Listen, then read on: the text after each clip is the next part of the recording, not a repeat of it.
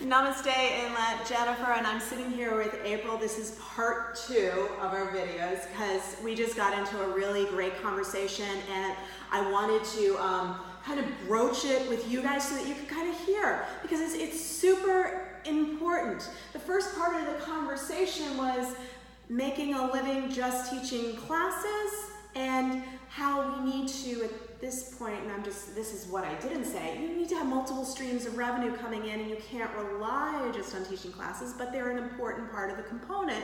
And then the other was how you promote yourself when you're teaching a class, because, well, let's just have the conversation. So, yes, thank you.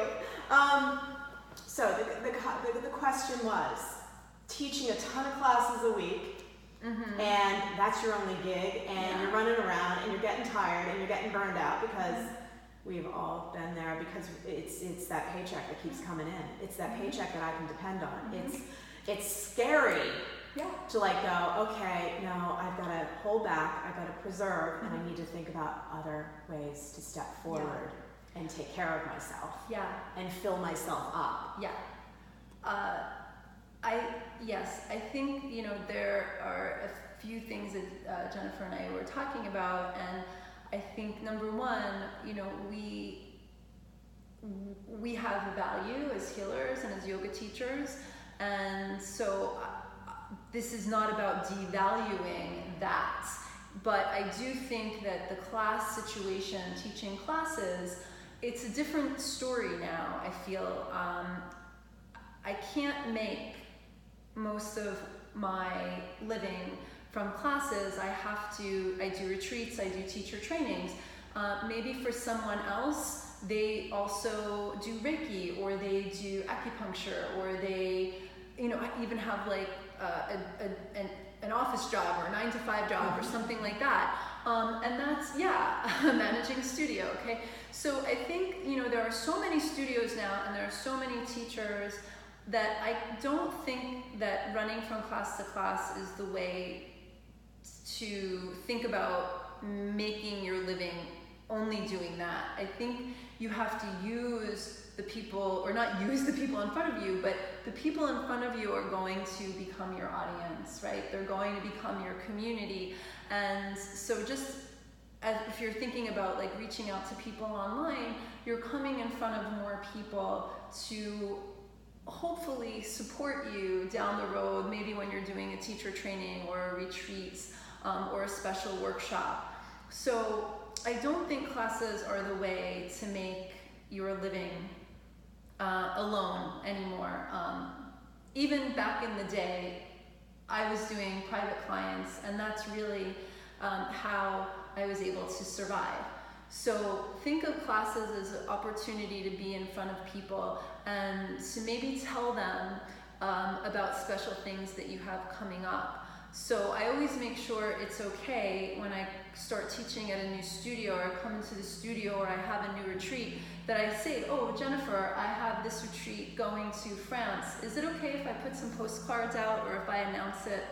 Very important, because it's like if you have the studio owner in your class and you're promoting all your stuff and you don't say anything that's going on at the studio, April has always been very respectful, because as a studio owner, I know our margins are razor thin. Like I pay my teachers as much as I can, and during our bear months we're like So, but she always has the conversation beforehand. So when I'm sitting in her class, I'm like, this is awesome, man. I can enjoy the class. And I'm not like, oh, you have a 200-hour and you're, so do we. Yeah, and obviously if there's a conflict, you're doing something at another studio, or there's a conflict, then maybe that's not, you don't go to the other studio and announce that. But we started talking about this because money is like an icky topic. We don't like to talk about money, but you need to be able to take care of yourself, and you need to know like what your numbers are, how much you need to survive on, and how you're going to do that. And so if you can do that teaching classes, fantastic, and that's the way you want to do it, fantastic. But open the dialogue with other teachers, with the studio You definitely owners. want to be at a studio that's like, okay, I can't afford that, but I can afford this. And there's a little bit of trust too. Like, most studios are not open to like make a killing or take the lion's share or rape their teachers of everything. We're doing the best we can, but to have the dialogue and the open conversation takes this level of stress out that you know that you're both supporting one another and you're moving forward. Yeah.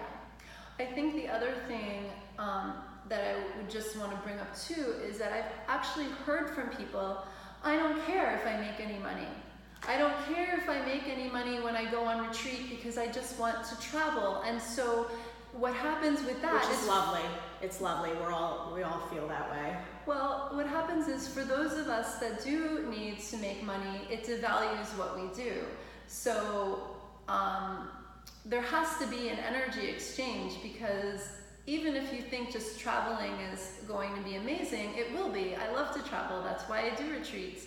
But I also need to make a profit out of it. And so as we're on this icky money conversation, like, I'm actually going to give you my spreadsheet that I have for Portugal, and you're going to see what I paid the retreat company, what I paid for my plane ticket, how much everyone paid me, You and need the to have profit. money up front to run these things, Yeah. you know? So it's But you'll see how I worked it, and it might give you an idea of what to charge.